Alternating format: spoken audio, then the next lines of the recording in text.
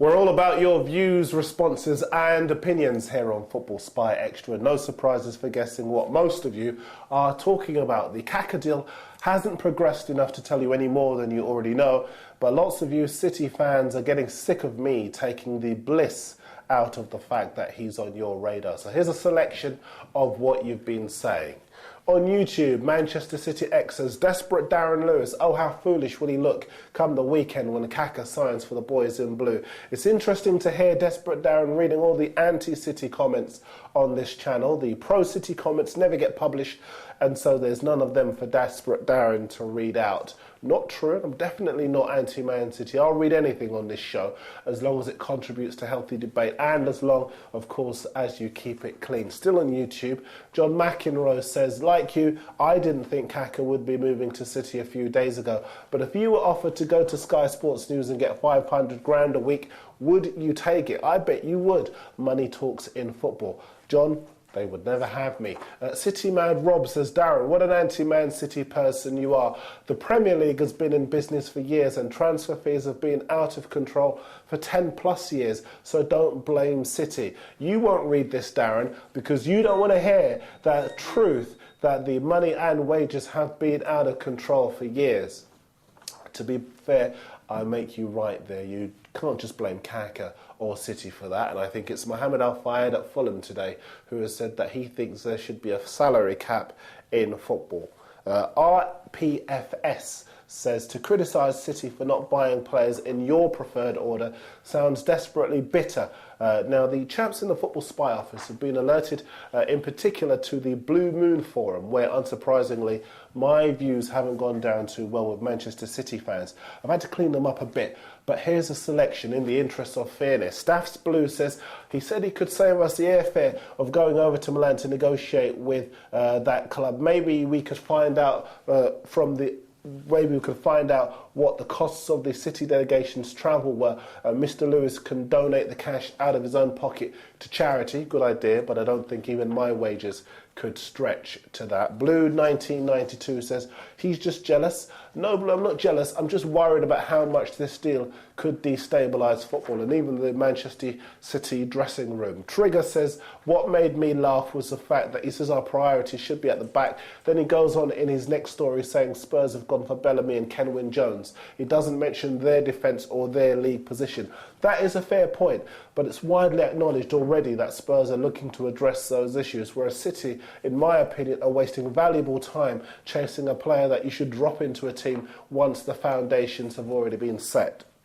Svenis Pennis says, I hope we turn to Torres at Liverpool. I'd like to see his face then. I'd like to see a try, Svenis. Torres has already said that he doesn't want to go to Chelsea because it's been his dream to play for Liverpool. And I just think you should want players who are dying to play for City rather than going for the money.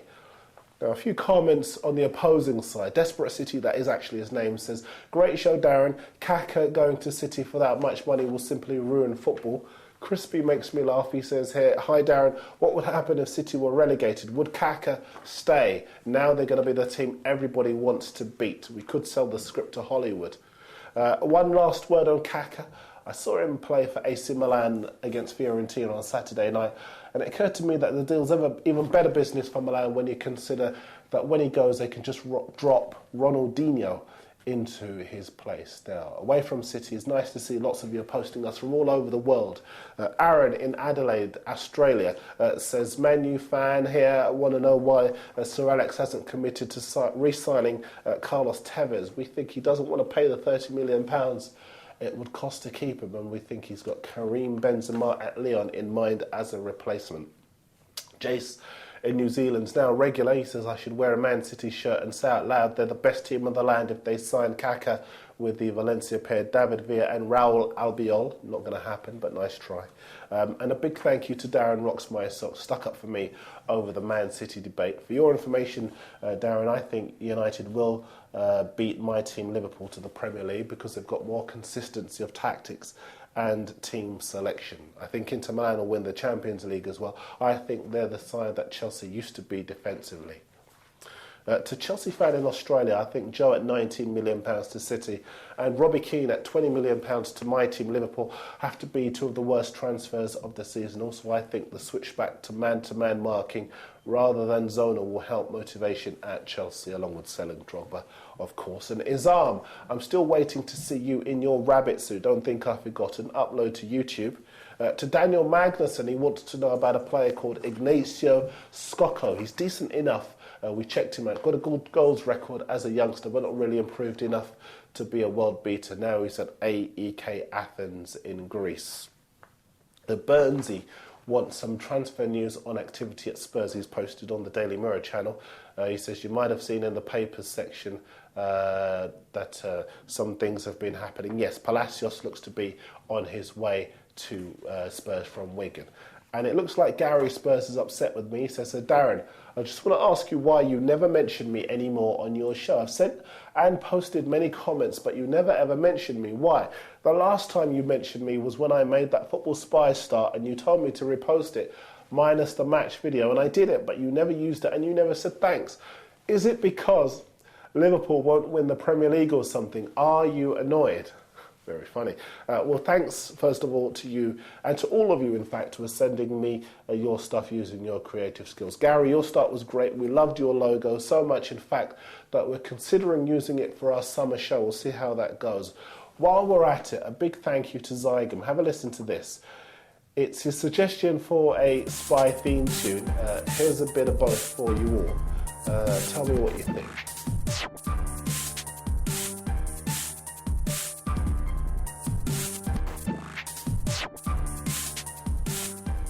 Now we're going to soldier on now to the end of the window without a theme tune, but we're looking to use lots of your innovations in the summer, so keep them coming.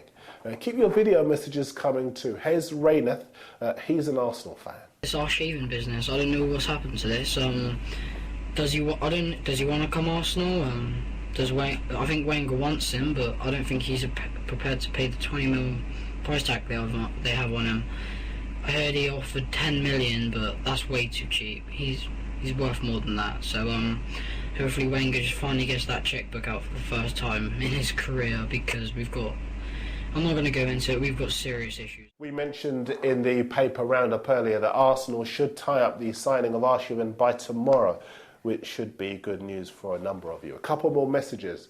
And Caddyshack wants to know if there's any chance of Podolski going to Roma this year. We can tell you that he's today agreed a deal to go back to his hometown club Cologne from Bayern Munich. Tom for Random says, as a Leicester fan, it troubles me to see the players tiring in the last 10 minutes. So many points dropped from winning positions. I'd like to see them sign a few midfielders as backup. It wouldn't be hard when you're top of the league. I'd agree with that. And the last word today goes to Mohammed, purely because he always makes me laugh. He says, hi Darren, you've persistently taken pot shots at desperate Man City, but you haven't offered up any alternative transfer policy. So if you had control of the transfer kitty at City, who would be on your shopping list? Also note that the only lure Man City have is money, and whilst I agree it's madness, is it not better to get the best players and pay silly money than signing average players and paying them stupid money? By the way, I doubt you need dating tips, as I'm sure you have them beating... By the way, I doubt you need dating tips, as I'm sure you are beating them off with a stick. Trust me, Mohammed, I'm not, which I'm sure Mrs. Lewis will be very pleased to know. If I were City, I would buy the Benfica centre-back Luizão, I'd bring Vincent Kompany back into central defence, and I'd bring Real Madrid Sergio Ramos in at right back. In central midfield, I would buy out the contract of Chelsea's Michael Ballack, which has just 6 months left to run. Let's face it, if we're talking silly money, then Chelsea won't be able to match City's wages. And I would get in defensive midfield Mohamed Diam from Spanish club Rayo Vallecano. We hear that Barcelona, Real Madrid, Betis and Liverpool have already been linked with him. He's had a fantastic season so far at Vallecano, and if he progresses, he could be one of the best defensive midfielders in Europe. Let me know what you think of my suggestions and throw in some of your own. Now, apologies to anyone whose messages we haven't managed to get round to. Very quickly, some updated news for you. We're hearing that Frank Ribery's on the radar for AC Milan. as a replacement for Kaka. We're also hearing that Sunderland want West Ham's James Collins.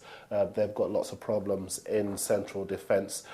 Bolton moving for Pavel Pogrebniak from Zenit St. Petersburg. We're hearing Barcelona preparing a super deal to keep Leo Messi at the club. And also Man City fans were hearing that the deal to sign Nigel de Jong from Hamburg should be tied up within the next 48 hours. We're back with Football Spy Extra, all your views and opinions tomorrow lunchtime. We'll see you then.